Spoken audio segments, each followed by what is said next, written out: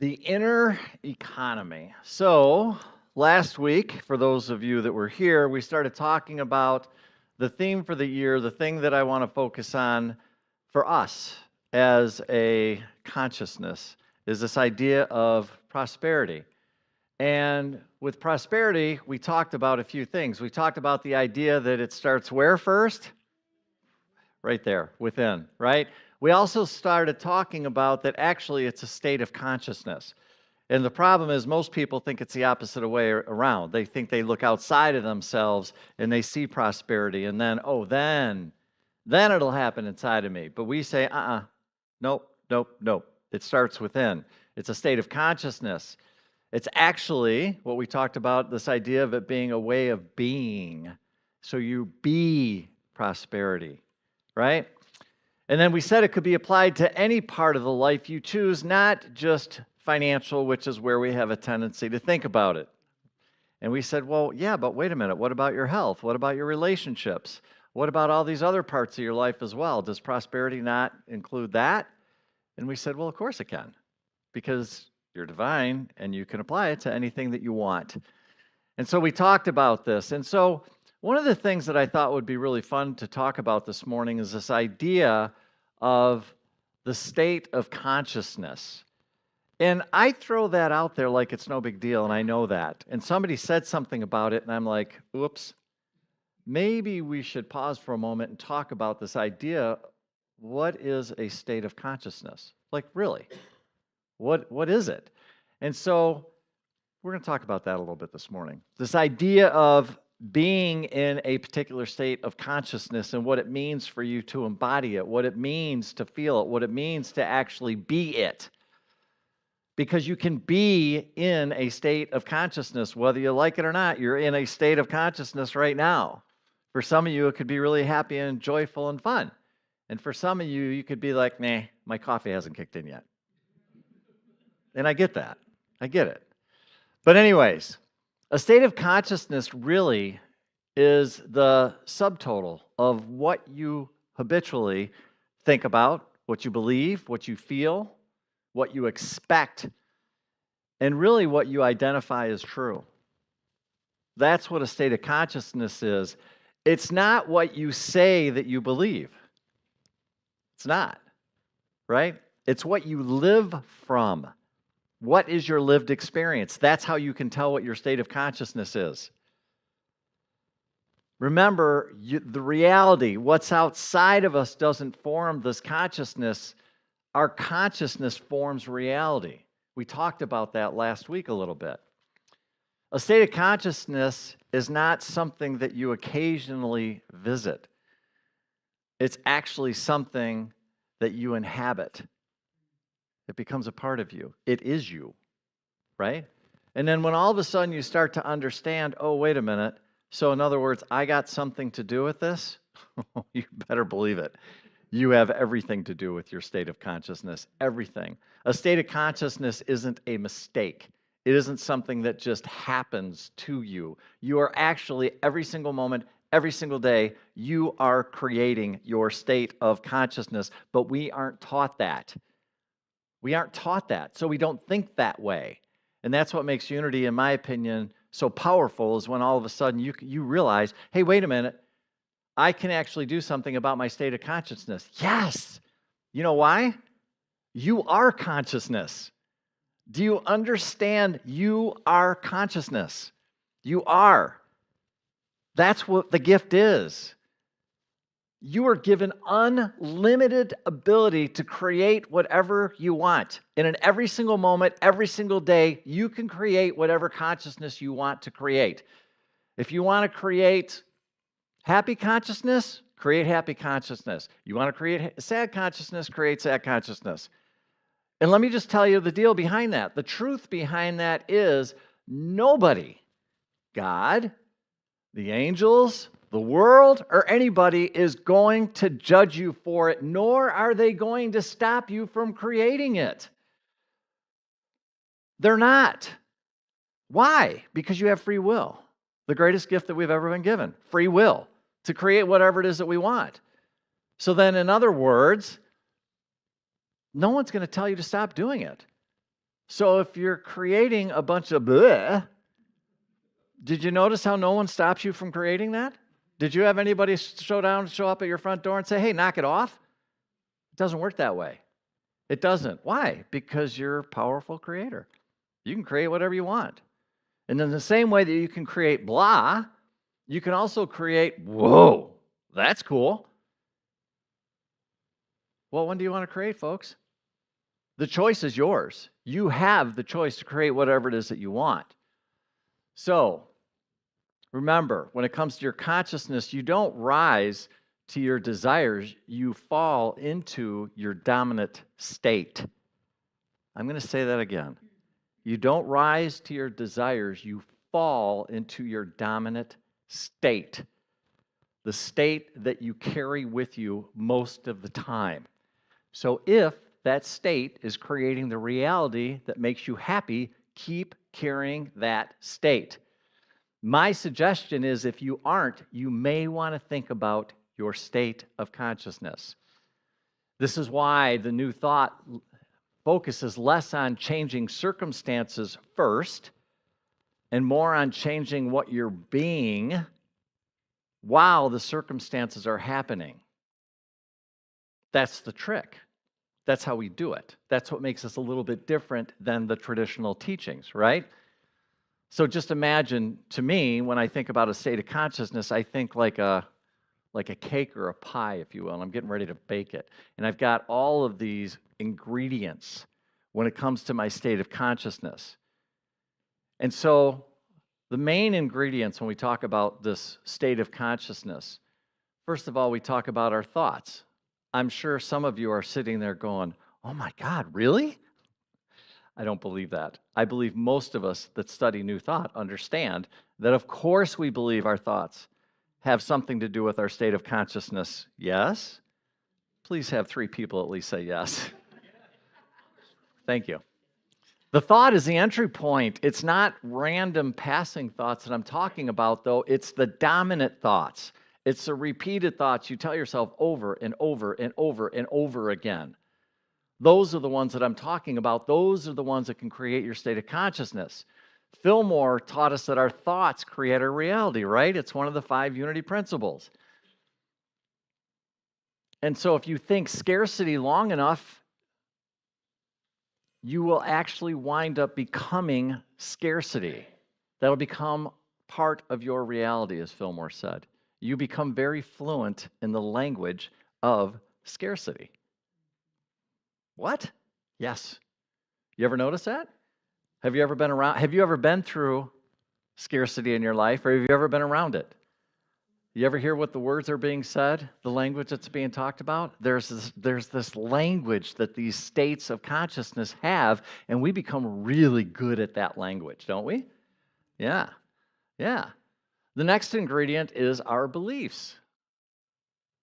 Our beliefs are thoughts that got promoted to management.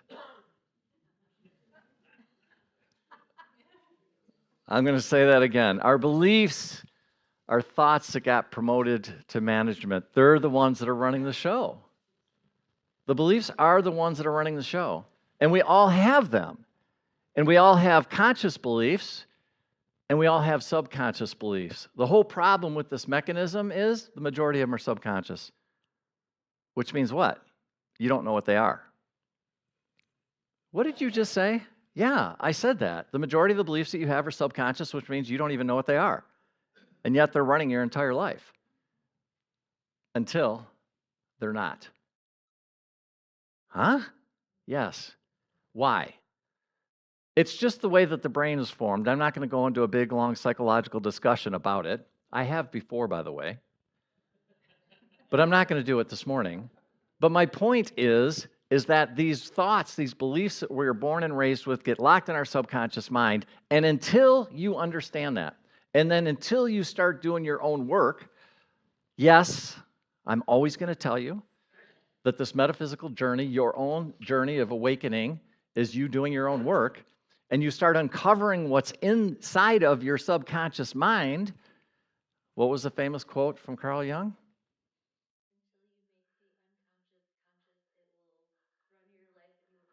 Until you make the unconscious conscious, it will run your life and you will call it fate. One of the most famous quotes from Carl Jung. And that's the truth, right? Butterworth said that consciousness isn't changed by new ideas, but by accepted ideas.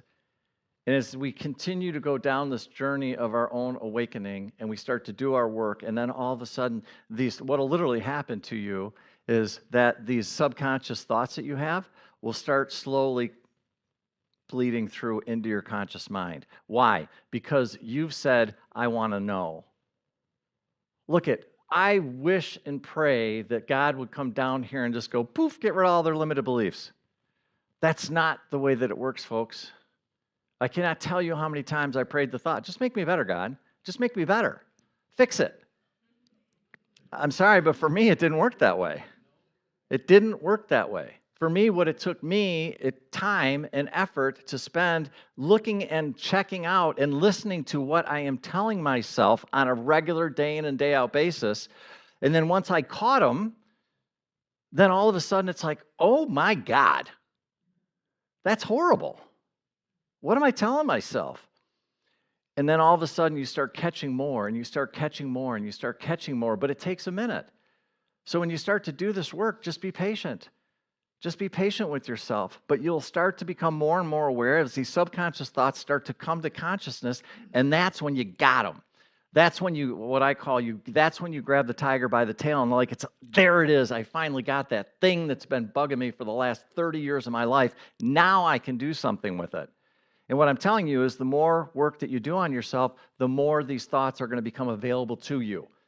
But as long as you sit there and pretend there's nothing you can do about it and you're screwed, then guess what?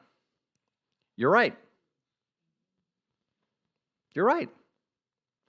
Beliefs are thoughts. This cracks me up. Beliefs are thoughts that you no longer argue with. Beliefs are thoughts that you no longer argue with. You just accept them as reality. Here's a question for you. Are all beliefs true?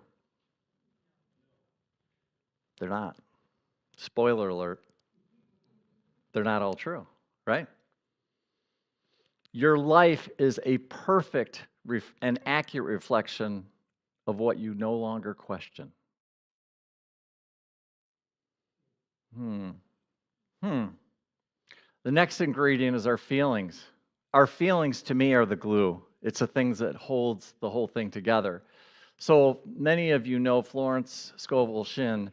She emphasized that our feelings are what gives thought momentum. I agree with her totally.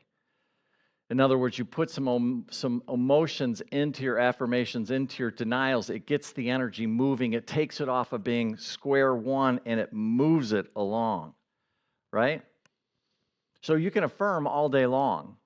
How many people have done affirmations day after day, month after month, year after year, and nothing happens? Been there, done that. But if the emotional tone underneath the affirmation is panic and oh my God, guess what? That's what's going to show up, is panic and oh my God. So you can sit there and say affirmations until you're blue in the face, but the emotional underpinning of what the emotion is the thing that's going to basically show up. And I don't think most people know that. Our self-concept. So Neville Goddard taught you that self-concept determines what you can experience. Not effort, not willpower, but your identity. It's who you believe yourself to be. So in other words, if I think I'm stupid, I'm not worthy, I can't do this, and that's your self-concept, then I don't care what you do, that kind of is the trump card. That's the thing that's going to show up time and time and time and time again, if that's who you believe who you are. Now, if you believe you're a beautiful child of God and you're conscious and you can change your consciousness and you can do anything that you want to do, then guess what? Life goes, oh, okay, let's do that, right?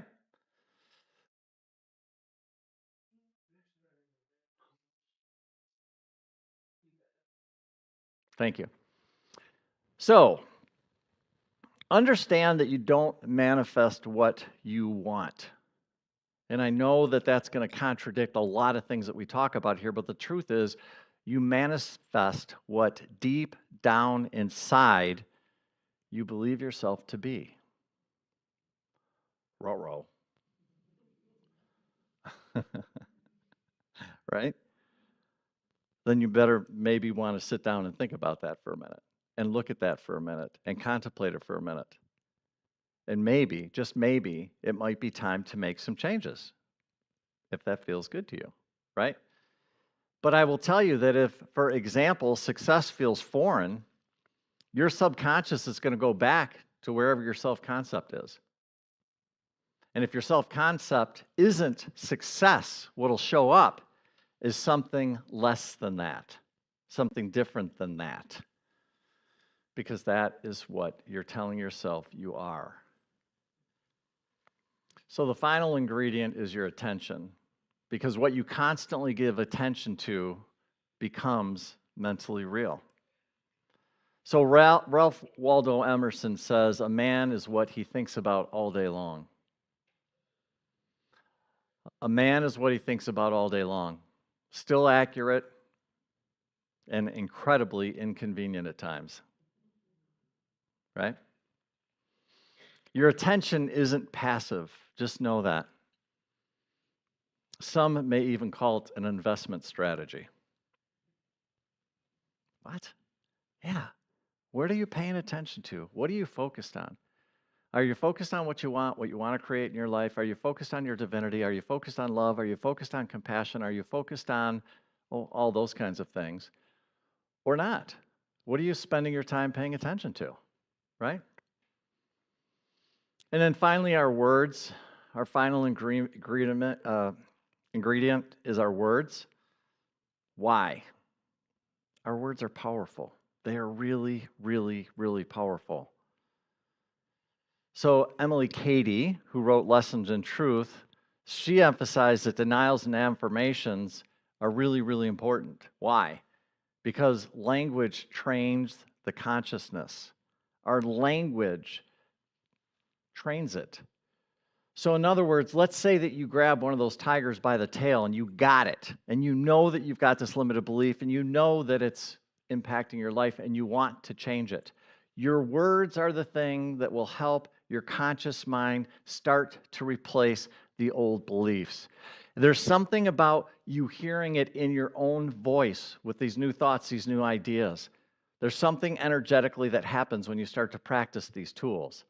These aren't magical spells, but actually mental disciplines. Why? Well, I don't know, for the past 40 years, if you've had a belief going around in your head that says, I'm not good enough, I'm not good enough, I'm not good enough, I'm not good enough, I'm not good enough, you may want to consider changing that thought. And if it's, for example, I am good enough, you may need to tell yourself that, I don't know, maybe more than once or twice, just because you've been telling yourself that for 40 years, right? So when you speak literally, it's like a weather report that you're telling yourself all day long. That's literally what's going on. And then you actually are surprised when, I don't know, it rains. I don't understand why this is showing up. It's like, hey, wait a minute. Let's be honest about it. And this stuff can be so scary when you start to learn it, because then guess what? You become responsible for your reality. Now that thought, that idea, you can stand over here and that can scare the living you-know-what out of you. Or you can sit there and go, hold it, wait a minute.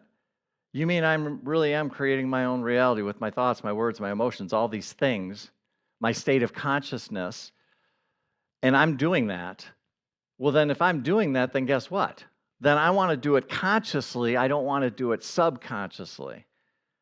I want to create the state of consciousness, maybe going into some type of prosperity. So these are the ingredients that make up your state of consciousness. Your thoughts, your beliefs, your feelings, your self-concept, your attention, your words. And I want to go back to the story that I told last week. So for those of you that weren't here. I talked about the story in the Bible about the widow and the oil, and what happens is she shows up, her husband has just died, she owes a bunch of debt, and the debt collectors are there, and she's freaking out because they're saying they're going to take her kids. And she goes to Elijah and says, "What on God's green earth should I do?" And he says, "What do you have?" And she says, "Well, all I've got in the house is a little bit of oil." And he said, "Cool, go get a bunch of vessels to put oil in." And so she ran out, she went and got a bunch of vessels, she brought them back in. He said, "Go inside and start filling up the vessels with oil." And she goes, "Yeah, but wait a minute, I only got a little bit." He said, "Just do it." So she goes inside and she starts filling up the vessels, and eventually she's got all these vessels full of oil. In fact, she had so much oil that after she was done, Elijah said, "Go sell the oil to pay off your debts, and you're going to have a little bit left over." And so it was a prosperity consciousness. It was a lesson that we can learn in terms of states of consciousness, in terms of prosperity. Question: what state of consciousness do you think the widow was in? Fear? Lack. Thank you. What's that? Panic? All the above, right? She may, yeah. Maybe she like hit the lotto and she goes, "I should have brought a bigger truck." Yeah. I think she did okay, though. According to the story, I think she did okay, right? She had lack consciousness. Lack consciousness sounds like this: there's a problem. I don't have enough. I don't know what to do. I'm all alone. There's no way out of this. I'm in trouble. Right? Anybody ever been in lack? Does that sound familiar? Yeah. That's lack consciousness. That's lack consciousness. So here's the good news. Whether you have been in it, you've gotten through it, you know that you think differently now, thank goodness. But for those who don't, just know that there's another way.